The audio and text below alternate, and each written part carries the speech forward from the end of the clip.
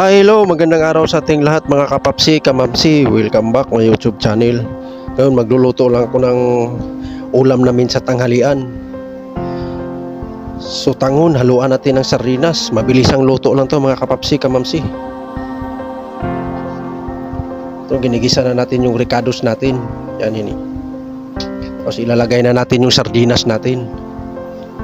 Yan, haluin lang natin siya ng haluin mga kapapsi, kamamsi. Yan po.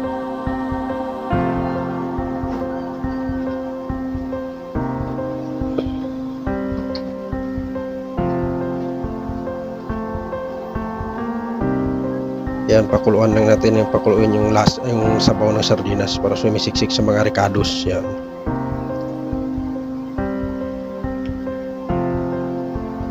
Yan lang natin siya, ganyan. Para maluluto yung sauce ng sardinas. Yan, pag medyo kumukulo na, saka natin siya lalagyan ng tubig. Yan. O, lagyan natin siya ng tubig. Para magkaroon man ng sabaw. Mabilis ang luto lang to mga kapapsi. Ayan lang natin siya hanggang kukulo yan.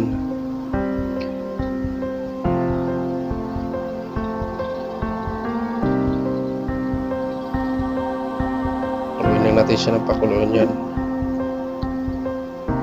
Yan, kumukulo na. Papsi, kamapsi. Saka natin ilalagay ang ating sutanghon. Yung sutanghon natin mga kapapsi, binabad ko na yan.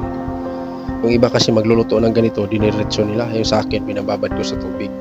Parang hinuhugasan ko na rin, ganun ba? Ganun ang kalalabasan. Hugasan mo yung sutanghon. Yan. Haluin na natin siya ng haluin.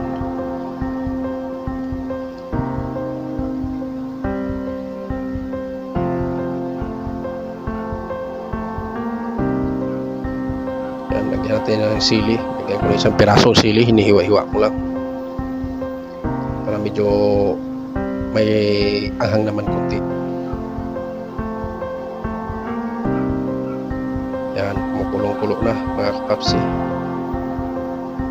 Ang ating recipe, sutanghon with sardinas, ulam sa tanghalian. Yan, lagay natin yung sikretong pangpalasa natin.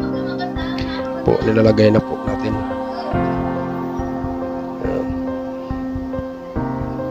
Haluin natin na haluin yan mga kapapsi para lumasa siya ng lumasa. Yan.